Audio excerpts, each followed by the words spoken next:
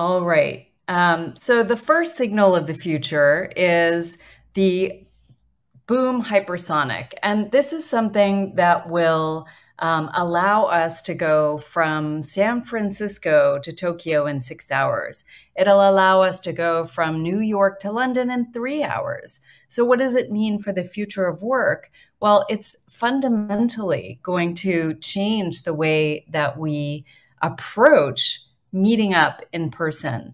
And I know that you heard from my colleagues that we may have fewer, the days are gone when we would get on a plane and then just go for a meeting. And in fact, I would say that this is fundamentally going to change things in addition to other transportation signals like hyperloops and that kind of thing.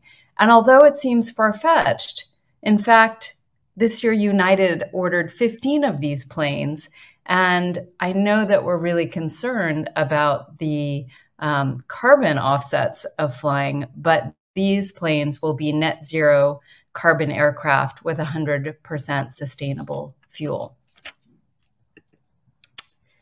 So another signal of the future, which is very much about the future of work, is Emerge.io. It's an LA company that has pioneered ultrasound sensor tech. So you might have seen today that Facebook had put out some information on haptic gloves, these big, bulky gloves.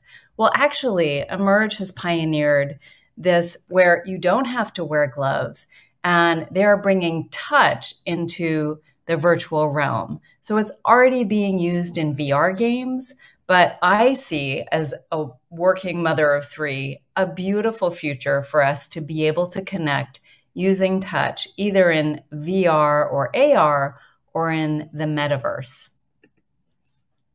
And finally, because I live in Asia, we have a future limited only by imagination and our ability to cooperate.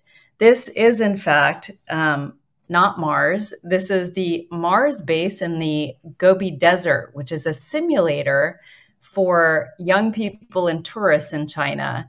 And the interesting thing is that it has been a success, and there are a lot of young people really interested in going into space and planetary sciences. In fact, Beijing's aerospace control engineers are an average age of 30, which is interesting when you compare it to NASA in the US, which has an average age of about 50.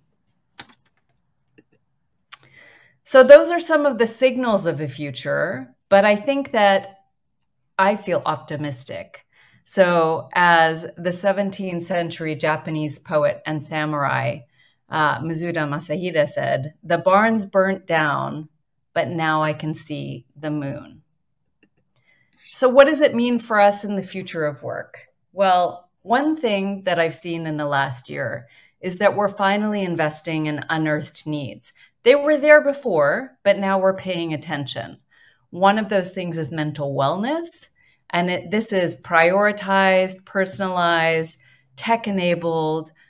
There's a company in Asia called Neurum Health that uses AI, and it goes in to help companies. Their latest company was a manufacturing company in China to really understand what the needs of people are before they do interventions, and are pioneering ideas like chatbots, which are becoming ever more prevalent.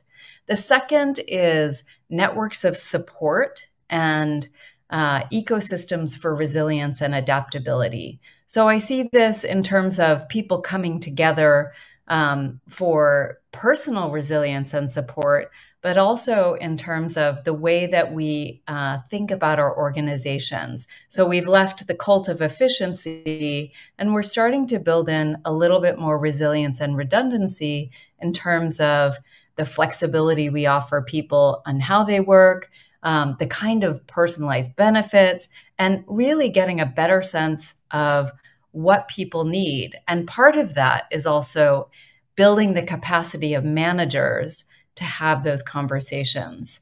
And finally, creative destruction, which is breaking bad habits and mindsets. Like we can only do this in person, or, if somebody is at home, then they're probably not working. In terms of the ecosystems, we have new ecosystems to support individuals to collaborate, and I'm very excited about this. One of the big trends is the power of one, and that is the fact that I can be sitting in my living room and with the rise in creator economy, tech-enabled, can have a geographically dispersed business. And I don't necessarily need an office, and I don't necessarily need to be part of a company. So it is more about your personal brand than it is necessarily about working for a big brand. Alongside of that is, of course, data ownership, which is increasingly portable, and things like portable credentials that allow us to move around a lot more and be verified outside of our companies. The second big trend is liquid super teams, and this is seen as, it's seen in Hollywood and Bollywood, it's seen in Olympic teams. It is the projectization of work, where we come together to do something important with a specific goal and a specific timeline, and then we may step apart. And that's requiring higher levels of trust and a better sense of developing fast trust. And of course, a great example of this is the decentralized autonomous organizations built on the blockchain, which is a really interesting development that you'll see more of. And of course, there's the platforms and algorithms. So many really based on the dating algorithms that fueled Bumble and Match and all of those. These are now being used in schools as well as companies to figure out how they can put together a team with different credentials, but also different characteristics. Who are the classmates or your teammates that you will work best with based on the algorithm?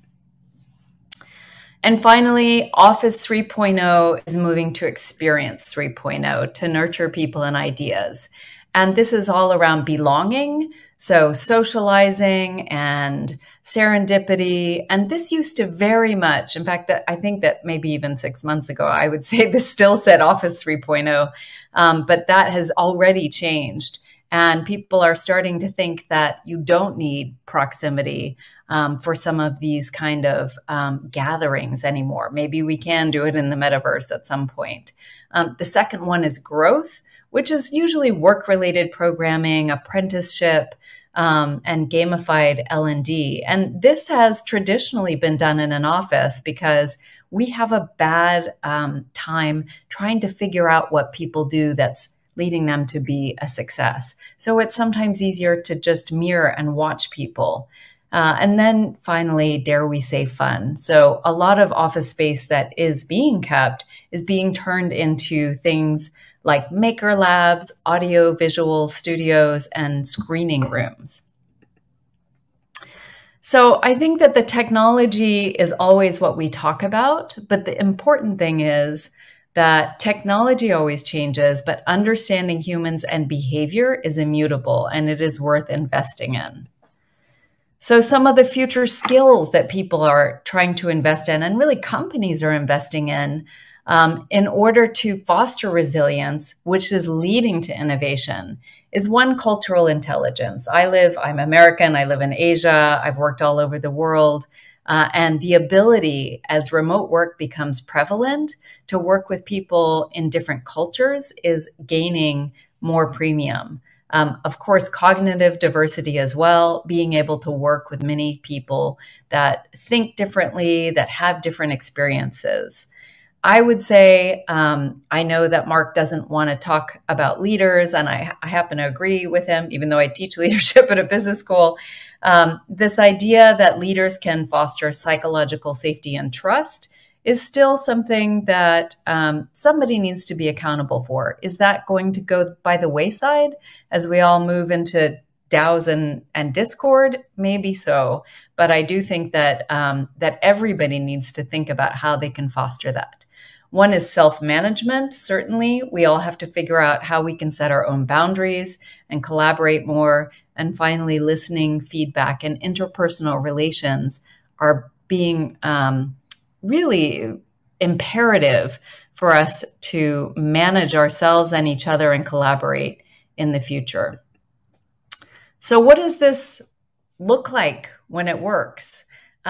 It looks like us as humans not necessarily pursuing profit only, as we heard regarding stakeholder communications, but really work as something that can fulfill our deep human needs as well. And when people are at work and they can feel like they belong, they feel like they're relevant, and they feel safe, then they can achieve extraordinary things. So no matter who our colleagues are, I think that belonging, relevance, and safety have been what everyone has always wanted. And now, as we go towards a future where everything is changing, where we might work with robots like Sophia, the humanoid robot from Hanson Robotics, we really are having to double down on the things that make us most human. And I'm excited to have a great panel discussion, and also for you to hear the next session from Michael Jenkins, which talks a lot about how we can do this in a way that will be really make things easier between us and make work phenomenally successful and make our work lives really satisfying as well. Thank you.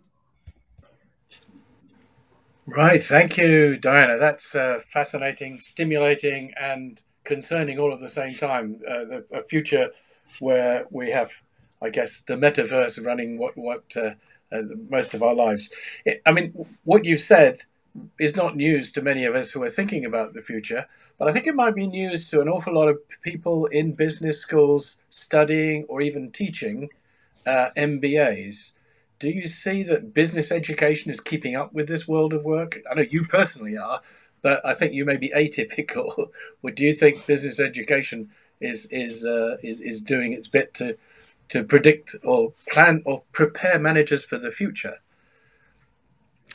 Well, dare I say it, I don't think it is going to be up to business schools to prepare leaders, because business schools themselves are grappling with the fact that things are moving so fast. All schools are.